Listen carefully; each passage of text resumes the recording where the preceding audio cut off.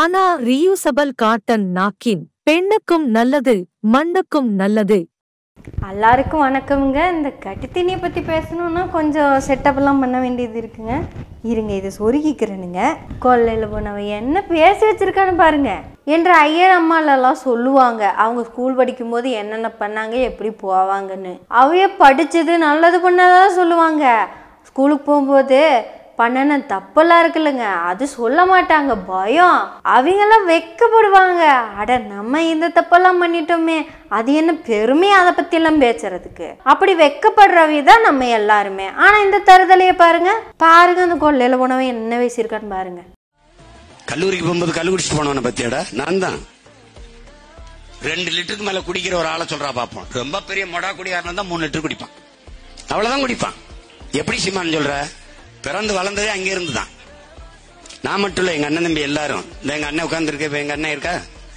எங்கடா ரவினே? எங்க இருக்குது? உலகத்துல காலேஜ் கல்லூரி வாசல்ல கல்லுக்கடை வச்சு பாத்திருக்கீங்களா?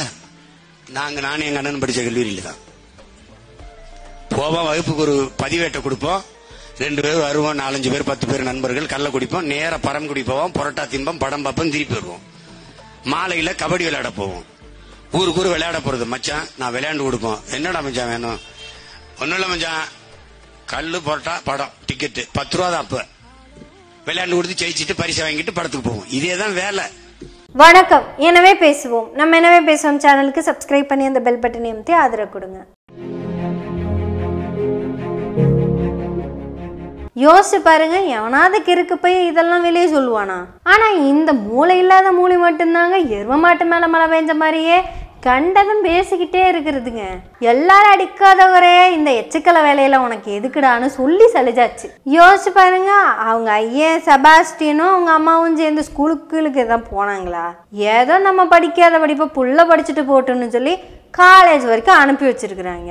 இந்த கிறக முடிச்சுனா என்ன பேசுறான்னு தெரிஞ்சு பேசுறானா தெரியாம பேசுறானான்னு தெரிய மாட்டேங்குது. எங்க ஊர்ல சொல்ற மாதிரி எரும மாடு மாதிரி ஏன்டா பேசிக்கிட்டு இருக்கிற? நாளைக்கு உங்க புள்ள இப்படி எல்லாம் பண்ணா என்னடா ஆகும்? இப்படியெல்லாம் பண்ணா உன் பொண்டாட்டிக்கு எப்படி இருக்குன்னு யோசிச்சு பாரு. ஊர்ல இருக்கிறவன் பிள்ளையெல்லாம் படிக்குதோ இல்லையோ, உனக்கு பிச்சை காசு அனுப்பி உன் பிள்ளைய படிக்க வைக்கிறாங்க இந்த தம்பிவிங்க. இவியலுக்கும் அறிவில்லை. இந்த காசை வாங்கி நம்ம ஸ்கூலுக்கு பையனை அனுப்புறோமே அப்படிங்கிற அறிவு உனக்கும் இல்லை. எங்க ஊர்ல இருக்க பிள்ளைங்களையெல்லாம் கூட்டிட்டு வந்து என்றாகன்னு உன்னோட ஹீரோ யாரு அப்படின்னு கேட்டா எங்க அப்பந்தான் சொல்லுவாங்க. நான் என்ற அப்பன மாதிரியோ வரணும்னு சொல்லுவாங்க. யோசிச்சு பாரு, நீ பையனுக்கு காலேஜுக்கு காசை கொடுத்து அனுப்புவ, அவன் காலேஜுக்கு போகாம சாராய கடைக்கு போயிட்டானா யோசிச்சு பாரு உன் பொண்டாட்டி மனசு என்ன ஆகும்?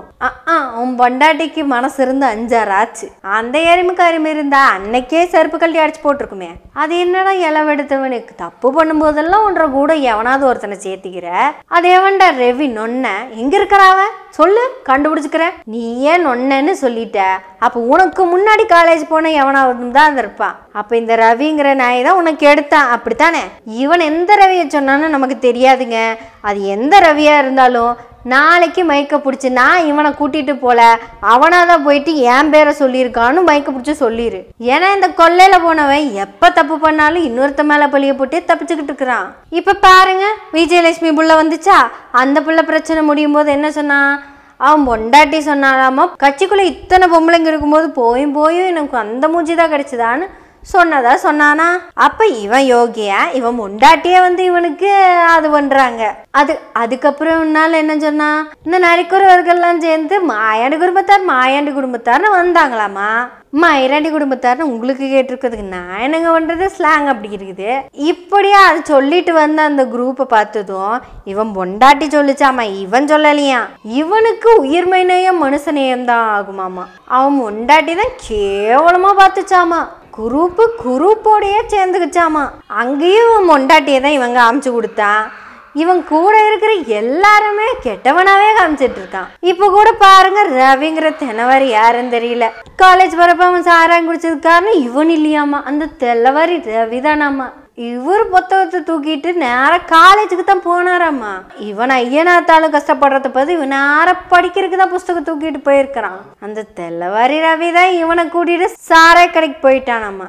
ஏனுங்க ரவி அண்ணா, நீங்க யாருன்னெல்லாம் தெரியாதுங்க, இவங்க கூட சாவகாசம் வச்சிருக்கு, உங்களுக்கு இப்ப கெட்ட பேருங்க. நான் ஒன்றும் பண்ணலைங்க. எங்க ஊர்ல எல்லாம் சொல்லுவாங்க சேர்வார் கூட தான் சேரணும்னு. இது இங்க இது உண்மையாகி போச்சு பார்த்தீங்களா? இந்த கோணங்கெட்ட நாயை கூட சுற்றி உங்க பேரை கெடுத்து போட்டிங்களேண்ணா. தயவுசெய்து நாளைக்கு காலையில் நீங்களே வந்து சொல்லி போடுங்கன்னா இந்த நாயோட சவகாசம் பீவோட போட்டோம். ஏனுங்க இந்த கட்டி தீனிக்கிட்ட ஒரு விஷயத்த சொல்றேன், அது காதலியாவது போட்டு வைங்க. டே தம்பி சீமானே, உன்னத்தான் சொல்றத கேளு. நீ படிக்கிறப்ப உங்க அப்பனும் பெங்களா நாய் கிடையாது. உங்க அப்பன் குடிசையில வாங்கினவனு கூட வச்சுக்குவேன். அந்த அளவடிக்காதனாலதான் பிள்ளை எப்படியாவது காலேஜ் படிக்கட்டும்னு காலேஜ்க்கு அனுப்பியிருக்காரு. எம்படி கஷ்டப்பட்டு அந்த மனுஷன் உன்னை காலேஜுக்கு அனுப்பியிருக்காரு. நீ படிச்சது கவர்மெண்ட் காலேஜ் தானே? தமிழ்நாடு கவர்மெண்ட் எல்லாத்தையும் படிக்க வைக்கிறதுக்கு தான் காலேஜ் கட்டி கொடுத்துருக்கு. நம்மளெல்லாம் சாதியை சொல்லி போட்டு படிக்க வேணாம்னு சொன்ன சமூகத்துல இருந்து வந்தவங்க தான் நம்மெல்லாம். அப்ப நம்மெல்லாம் நல்லா படிச்சு போட்டு அடுத்த தலைமுறைக்கு நல்லதெல்லாம் பண்ணணும்ல. அப்படி ஒரு நல்ல வாய்ப்பு நமக்கு கிடைச்சப்ப அந்த கர்மத்தை செய்யாம விட்டுட்டு எவ்வளவு பெரிய தப்பு பண்ணியிருக்கிற கண்ணனியே.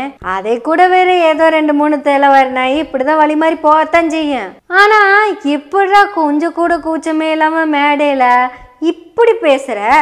இதுல என்னத்த நீ சாதிச்ச பெருமை ஒண்ணுன்னு சொல்லுவாக்கலாம்.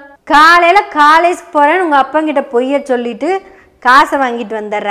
காலையில காலேஜ்க்கும் போற, போயிட்டு அங்கே அட்டண்டன்ஸை மட்டும் போட்டு கட் அடிச்சுட்டு வந்துடுற. உங்கள் அப்பங்கிட்ட காசு வாங்கினது தப்பு, அட்டண்டன்ஸை மட்டும் போட்டுட்டு வெளியே வந்தது தப்பு. அதுலேயும் பீடி சிகரெட் எடுத்து நேராக கல்லு கடைக்கு போயிடுவேன். அங்கே வச்சுன்னா உன்னால் 2 லிட்டர் குடிக்க முடியுமாம்மா? அப்படித்தானே? 17 வயசுல 2 லிட்டர் சாராயத்தை குடிச்சுருக்க. இந்த இத்து போன கதையை வெக்கமே இல்லாமல் மைக்க பிடிச்சி சொல்கிறல்ல, இதுக்கெல்லாம் நாண்டுகிட்ட சாகணும்டா. இது என்ன பெருமை வேண்டி கிடக்குதுன்னு எனக்கு தெரியல. நான் காலேஜ் படிக்கும் போது டெய்லி 2 லிட்டர் கல்லு குடிப்பேன். அப்ப அதுக்கு பேரு கல்லு. இப்ப யாராவது அது கேட்டா தென்னம்பால் பனம்பால். நான் 5 மாசமா இருக்கும்போது எங்க அம்மா கிட்டே 5 லிட்டர் குடிச்சுவேன். இப்ப நான் 2 லிட்டர் தான் குடிக்கிறேன். நீங்கெல்லாம் பெருமைப்படணும் அப்படின்னு சொல்லுவேன். காலேஜ் போகாம கட்டடிச்சு கல்லு கடிக்க போய் கல்லு குடிப்பேன்னு சொல்றதுல உனக்கு என்னடா பெருமை வேண்டி கிடக்கு? இந்த பெருமை வெங்காயத்தை எல்லாம் கேட்டுட்டு கீழே கையை தட்டி நிக்கிறானுங்கள்ல அந்த உன் தம்பிங்க, அவனுங்க அப்பனுங்களை தான் செருப்பை கழட்டி அடிக்கணும். உன் தம்பிங்களோட அப்பனுங்க கிட்ட ஒன்று சொல்லிக்கிறேன், நீங்க பெத்த பிள்ளைங்கள்லாம் ஒழுங்கா இருக்கணும்னா அந்த நான் இருக்கிற திசை பக்கமே அனுப்பிடாதீங்க. அபிநய கண்ணு, நீ டாக்டரு, நீயும் உங்க அண்ணன் மாதிரியே சித்த வைத்திய காலேஜுக்கு போகாம நீயும் அட்டண்டன்ஸை போட்டு கட்டடிச்சு வெளியே வந்து அந்த கல்லு கடைக்கு போயிட்டு என்ன கண்ணு ஒரு 1/2 லிட்டர் குடிப்பியா? அப்படி என்ன சொல்லுவ? Dear sister, I won't take alcohol at any format because alcohol is injurious to health and wealth and good thinking also. If a person is in an addiction of alcohol, he or she couldn't able to do anything in correct format because he or she is in mabban mandaram. அப்படின்னு தானே சொல்லுவீங்க. Do you know who I am? I used to tell who all are in the addiction of alcohol, don't take alcohol, take care of your health and family. இப்படித்தான் அபிநயா சொல்லுவாங்க. அப்படித்தானே கண்ணு? ஏனுங்கண்ணு, நீங்க இந்த மேடை கீழே இருக்கும் போது இந்த தெல்லவாரி இதெல்லாம் பேசினா அப்படித்தானே? எனக்கு இறங்க முடிச்சவனே நீ சாராயம் குடிக்கிறதே தப்பு, அதை வேற பெருமையா மேடை ஏறி பேசுறது எம்படி பெரிய தப்புன்னு எல்லாம் கேட்கணும். உன்னை பார்த்துட்டு வந்துட்டு இருக்க தம்பி தங்கச்சிங்கெல்லாம் இதை ஃபாலோ பண்ண ஆரம்பிச்சுட்டா சமூகம் என்ன ஆகுண்டா அப்படின்னு எல்லாம் கேட்கணும். 2000 ஆண்டுகளுக்கு முன்னாடியே மன்னர்களுக்கு வழிமுறை சொல்ற தமிழின சமூகத்தை சேர்ந்தவங்க நாம. என் மொழி வளம் என்ன, என் மொழி அறிவு என்ன, நாம் உலக நாகரிகத்தோடு போட்டியிட்டவர்கள்.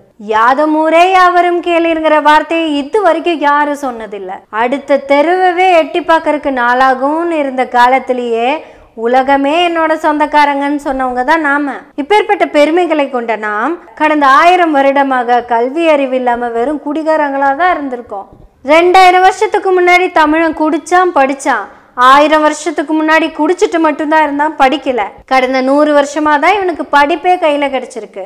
மீண்டும் கிடைச்ச படிப்பை கட்டியா பிடிச்சு மேல் நோக்கி வந்துட்டு இருக்கிற சமூகம் தான் நாம. அதுக்கு மிகச்சிறந்த உதாரணமே என் சகோதரி அபிநயா தான். விக்கிரவாண்டி தொகுதியில் போட்டியிடும் நாத்தாக்கா வேட்பாளர் அருமை சகோதரி அபிநயா அவர்களே. ஒரே நிமிஷம், ஒரு சின்ன கரெக்ஷன் மாத்தி சொல்லிக்கிறேன், மருத்துவர் அபிநயா அவர்களே. இப்படி மருத்துவர்னு கிடைச்ச நம்மளோட பெருமைய நீங்க எங்க தெரியுமா லூஸ் பண்ண போறீங்க?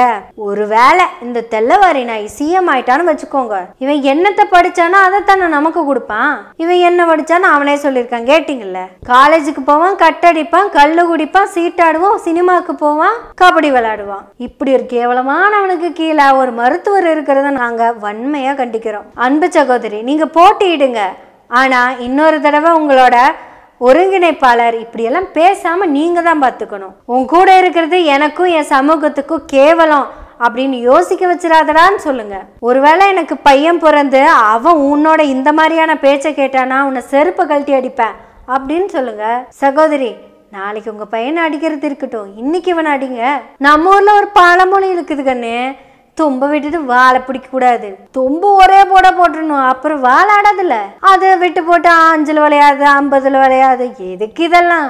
50லயும் வளையும் கண்ணு, நல்லா பழுக்கு காய்ச்சி சாத்தினாலும் எல்லாம் வளையும். நீங்க சாத்துங்க கண்ணு, சாத்துங்க.